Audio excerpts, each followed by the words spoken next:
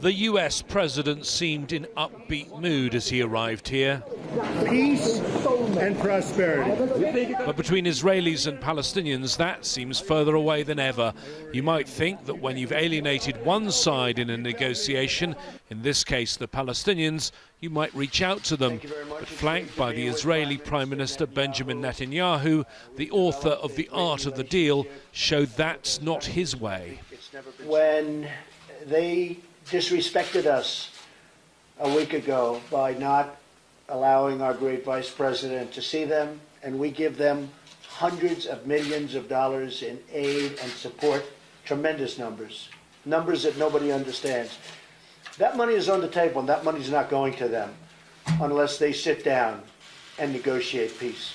Because I can tell you that Israel does want to make peace, and they're going to have to want to make peace too, or we're going to have nothing to do with it any longer.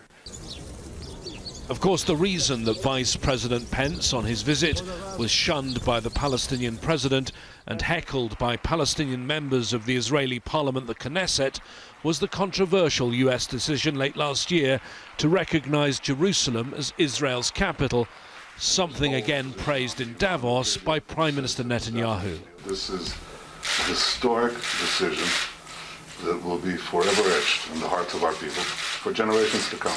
We took Jerusalem off the table, so we don't have to talk about it anymore. They never got past Jerusalem. We took it off the table. We don't have to talk about it anymore. You won 1 point, and you'll give up some points later on the negotiation, if it ever takes place. I don't know that it ever will take place. That seems to be a complete misreading of the situation. The president is suggesting that he's removing the stumbling block of Jerusalem from the negotiations. In fact, most believe he's making it an even more divisive issue. Previous US administrations knew the recognition card was one they needed to keep and not use to maintain leverage with the Israelis.